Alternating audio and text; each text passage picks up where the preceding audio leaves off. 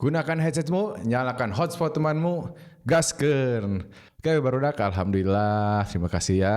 Kemarin Persib akhirnya lolos ke babak 16 besar setelah memastikan sebagai juara di grupnya, di grup G ya, juara lolos ke 16 besar ACL 2. Selangkah lagi Persib akan menyamai rekor 9596, yaitu tembus ke babak perempat final atau 8 besar. Kita langsung aja, nggak usah banyak lama-lama. Syukuran udah tadi, alhamdulillah. Persib semalam bermain atraktif sekali, sporadis, walaupun harus kita akui efektif atau hentenya. Ya secara hasil nggak efektif, karena hanya 1 gol. Tapi laki sedikit keberuntungan ada di Bangkok, berapa kali kena kusen, berapa kali kena tiang gawang, mister gawang, kiperna alus kudu nage sabrano sok 8, 9 bisa cukup lah ya. Luar biasa dan ya yang beli tiket nggak rugi, nonton banyak peluang, banyak variasi serangan, kemudian banyak hal-hal yang mungkin nanti kita bahas ya di sini ya. Tapi pada umumnya alhamdulillah yang sempat kita bahas kemarin di video sebelumnya, yang dikhawatirkan itu adanya bola-bola direct build up atau bola-bola long ball. Direct build up teh kan katanya permainan dari progresif ya, dari belakang, tengah, depan. Oke, itu disebut build up. Tapi bola long ball juga disebut sebagai build up, tapi ada kata sebelumnya itu direct build up. Ya, itu yang saya dapat dari Coach Lukas sebagai instruktur atau coach edukator pada saat saya lisensi ya. Oke, kita langsung aja ke pembahasan. Jadi, hal yang kita takutkan adanya gol Bangkok melalui bola direct build up akhirnya tidak terjadi karena pada saat melawan Lion City Bangkok berhasil, dan pada saat Persib melawan Lion City Persib kebobolan 2 kali melalui long ball seperti yang kita khawatirkan, tapi alhamdulillah tidak terjadi. Kenapa itu tidak terjadi? Karena Persib di menit awal sejak peluit pertama, babak pertama dibunyikan, berani bermain press build up.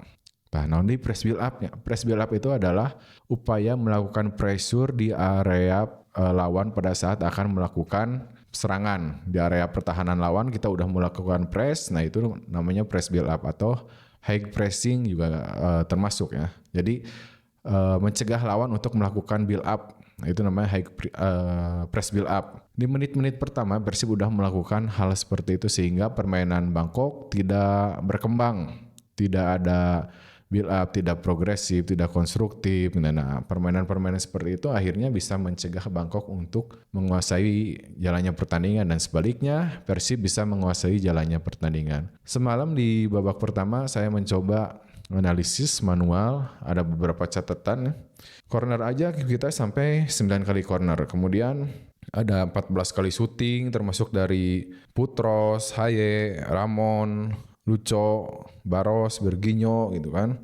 Heading 2 kali, kemudian crossing, terus beberapa kali shooting juga sempat ada ya di babak kedua. Andre Jung heading, shooting etam gitu kan. Semuanya hampir variasi serangan itu berjalan dengan sangat baik. Dari crossing ada, counter attack ada, direct ada, through pass ada, kemudian shooting, akselerasi shooting, corner, penalti pun kita punya kan. Ya, kita punya penalti banyak sekali, kita mendapat peluang dari berbagai variasi atau dari berbagai sektor, dari berbagai cara gitu kan. Bola mati, open play, set piece, penalti gitu kan.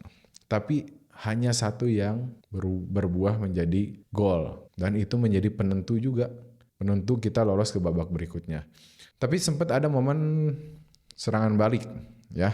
Itu kalau misalnya jadi gol cukup susah juga karena Bangkok pasti akan bermain lebih rapat lagi ya. Jadi di babak pertama Persib bermain menyerang, Bangkok memilih untuk bermain zone defense, mengamankan area pertahanannya, areanya sendiri. Kemudian setelah terjadi gol, Bangkok baru berani keluar menyerang.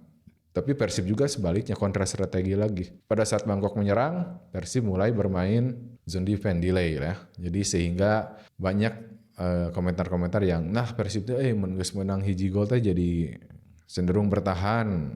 Ya nggak apa-apa karena yang dibutuhkan kemarin itu sebetulnya gitu ya, sebetulnya yang dibutuhkan Persib itu poin 1 atau 3 udah pasti lolos. Tapi memang sebagai penonton kita kan selalu berharap atraktifkeun lah. Tapi ya semalam juga merupakan penampilan terbaik, salah satu penampilan terbaik Persib musim ini, bahkan bukan di liga yang mereka tampilkan itu di Asia.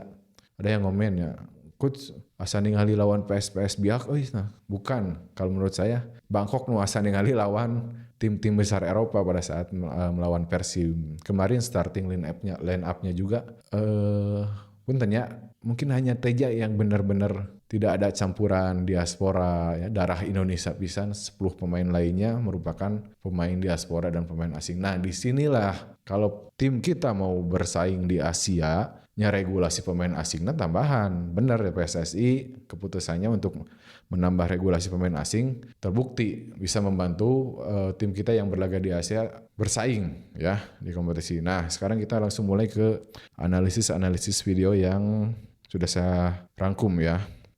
Nih ada momen di menit 6 ya, di menit ke-6 adanya crossing dari sayap kanan. Crossing dari sayap kanan ke Ramon. Di video sebelumnya pada saat Ramon mencetak gol melalui heading, saya pernah bilang itu merupakan pengulangan atau repetisi. Jadi Ramon pengulangan pertama jarang menjadi gol. Pada saat melawan laga sebelumnya itu lawan Borneo ya, lawan Borneo, crossing pertama dari Beckham, Ramon nggak jadi gol.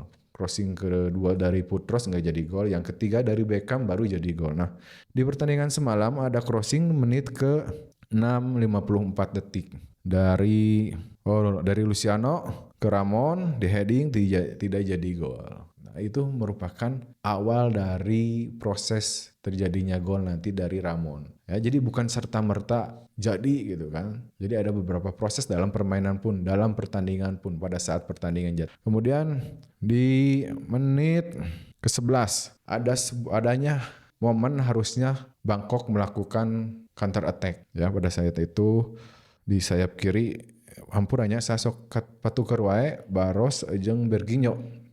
Sebetulnya ini momen Persib gagal pada saat menyerang. Persib gagal pada saat menyerang, dikuasai lawan, tapi pada saat lawan ingin melakukan counter attack, di sini ada Tom Haye. Ada dua peran yang akan dilakukan Tom Haye yang kita lihat ya. Tom Haye merebut bola, kemudian setelah itu melakukan shooting jarak jauh dan mengenai tiang gawang sebelah kiri. Ada dua hal yang kita pelajari di sini, bisa kita ambil pelajaran di sini. Tom Haye berhasil memotong momen mereka untuk melakukan serangan balik, bahkan dia sendiri yang merebut bola dan dia sendiri yang melakukan dribbling masuk ke dalam, mencoba mencari celah untuk syuting jarak jauh. Di situ Tom Haye melakukan dan tidak ada pressure ketat dari para pemain belakang Bangkok. Lanjut di menit 12, hal serupa dapat dilakukan oleh Tom Haye, yaitu melakukan syuting jarak jauh. Di sini kalau kita lihat tim save Bangkok itu nggak jelas. Emang ada 6 pemain yang nggak out position ya, ada 4 center back, 2 gelandang bertahan, tapi mereka terlalu jauh pada saat melakukan pertahanan, terlalu jauh ke belakang. Akhirnya tidak ada yang nge-press Tom Haye. Sekali lagi momennya hampir sama, dia arahkan bola ke kaki kanannya, kemudian shooting jarak jauh dan bola kali ini off target. Tapi ini yang sering saya bahas sebelumnya, bukan hanya Tom Haye. Yang harus diwaspadai dari Persib itu sekarang bukan cuma counter attack, tapi shooting jarak jauh dari para gelandang Persib. Dulu kan Luciano cetak gol roket juga ada, karena tidak adanya pressure dari para pemain lawan. Nah, kemudian di menit ke 18-19 ya, ada momen crossing dari Putros ke Berginyo itu ini. Cuman yang mengenai tiang ya, yang saya kredit di sini yaitu cara Putros memberikan cutback, umpan tarik dari pinggir ya. Dia scanning dulu, pemain timnasnya beda lah gitu kan. Dulu pada saat saya latihan SSB, dek ningali heula teh dicarekan. Tong wakan ningali pasti aya orang di dinya geus kirim crossing ke sana ya. Ada salah satu pelatih. Tapi setelah saya mencoba belajar gitu, hal itu ternyata nantinya bakal memilihkan ya, asal-asalan ya, siapapun nanti yang dapat itu memilihkan, istilah bola kasahawe. Tapi kalau sekarang nggak seperti itu, harus adanya yang disebut dengan scanning. Di sini Putros melakukan scanning dulu, bahkan bisa memberikan bola di antara dua pemain lawan. Di sini posisi siapa yang kosong, ternyata ada posisi Berginyo Ya, sekali lagi mohon maaf saya sok patuker itu Berginho jeung Barros, tapi kayaknya Berginho ya di sini ya melakukan. Kenapa dia memilih untuk bola bawah? Karena untuk biar lebih mudah untuk dieksekusi oleh si pemain yang dapat bolanya nanti. Mau first time atau kontrol dulu daripada bola atas. Ya, kalau dia kontrol bola atas memang perlu waktu untuk sentuhan kedua dan ketiga berikutnya sehingga bisa kemungkinan back lawan melakukan blocking. Tapi di sini dia memilih untuk bola bawah dan first time akhirnya mengenai tiang sebelah kanan ya. Yang saya ya dua-duanya bagus jadi Putros dan juga finishingnya juga bagus walaupun tidak berujung gol. Dua-duanya mengambil keputusan yang tepat. Ada lagi di menit ke-20 yaitu crossing dari Putros lagi ya. Di babak pertama itu Persib dominan sekali di sisi kanan. Putros dan juga Berginho gitu ya.